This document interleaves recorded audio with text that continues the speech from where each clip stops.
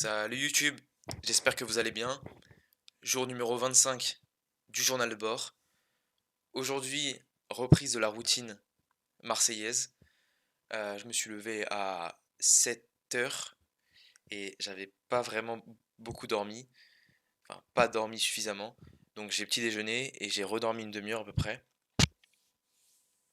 Je suis allé à la salle, enfin après j'ai fait un peu de mandarin, puis je suis allé à la salle, séance de reprise. Donc j'y suis allé un peu doucement, mais quand même suffisamment euh, pour avoir, euh, pour avoir de la satisfaction et des gains musculaires. Mais j'ai pas fait le con comme la dernière fois, enfin quand je me suis blessé là, début de semaine. J'y suis pas allé non plus comme un niqué. Donc ce que j'ai fait, c'est que j'ai fait pec triceps et un peu d'épaule. Et, euh, et puis je suis rentré, j'ai fait des courses. J'hésite à dépenser un peu plus d'argent dans la viande. C'est vrai qu'actuellement, toute la viande que je consomme, là, sur les 5 jours, j'ai payé ma viande pour les 5 prochains jours. Donc, poulet plus viande hachée, 15 euros en tout. Donc, c'est vraiment pas cher. J'achète des grosses barquettes de poulet à 9 euros le kilo. Donc, c'est vrai que au niveau de éco-friendly, c'est pas top. Et même la traçabilité, bon, c'est zéro. Donc, je sais pas si je devrais investir un peu plus de mon budget dans la viande.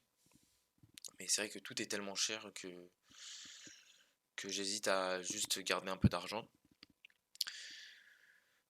Ensuite, donc, je suis allé nourrir le chat que je garde actuellement chez ma voisine. Et après, je me suis fait un bon repas, tranquille, petite sieste. Et là, je faisais mes pas, j'ai fait 8000 pas comme ça, hyper facilement. C'est la première fois que je fais à peu près autant de pas chez moi avec mon tapis de marche. Et alors, je dis pas que j'ai pas aimé les pas que j'ai fait ces derniers jours sur les bords de Loire, c'était magnifique. Mais là, vraiment, c'était hyper facile. J'étais devant une petite série, Squid Game. J'avais aucun obstacle devant moi. Et j'ai fait mes pas et puis ça passe tout seul. Là, je vais en refaire tout à l'heure pour aller de 15 à 20K, je pense. Mais quand je fais ce genre d'investissement, de tapis de marche, bon, bah, c'est de ma poche. Bah, je suis qu'obligé. Enfin, la première pensée qui me vient à l'esprit, c'est mais qu'est-ce que t'es con à penser no pain, no gain. C'est-à-dire que pratiquement toute mon adolescence, j'aimais bien refuser du confort, refuser des plaisirs instantanés. Je dis pas qu'il faut accepter le plaisir instantané, mais je refusais du confort sous prétexte que ça allait pas me faire euh, gagner du muscle ou gagner en santé ou autre chose. Euh, Il y a par exemple, le no pain, no gain, là, donc là, quand je, quand j'entends des mecs sur Insta qui disent no pain, no gain, quand tu vas à la salle, c'est comme à la guerre et tout.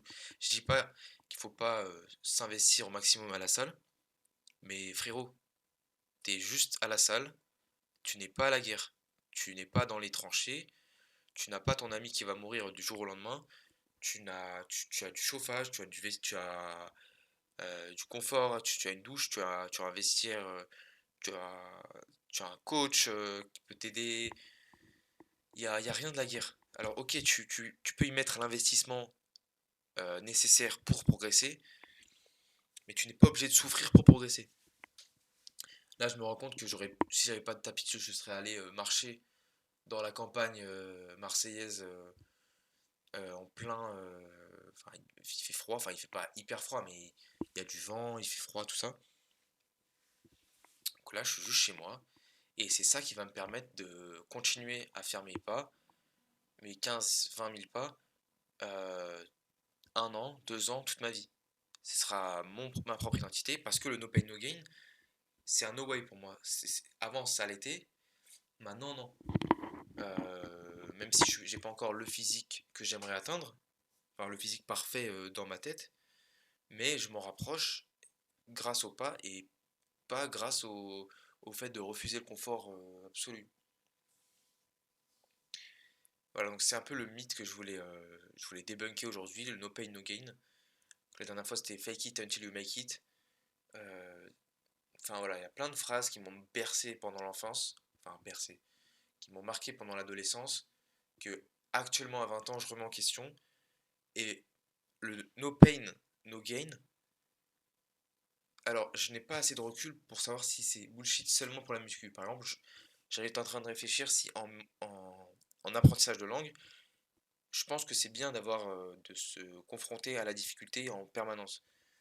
De justement, une fois par semaine, lire une histoire ou écouter une vidéo qui n'est pas de ton niveau, qui est supérieure pour s'adapter, pour s'habituer à la douleur, enfin, à la prétendue douleur du non-savoir.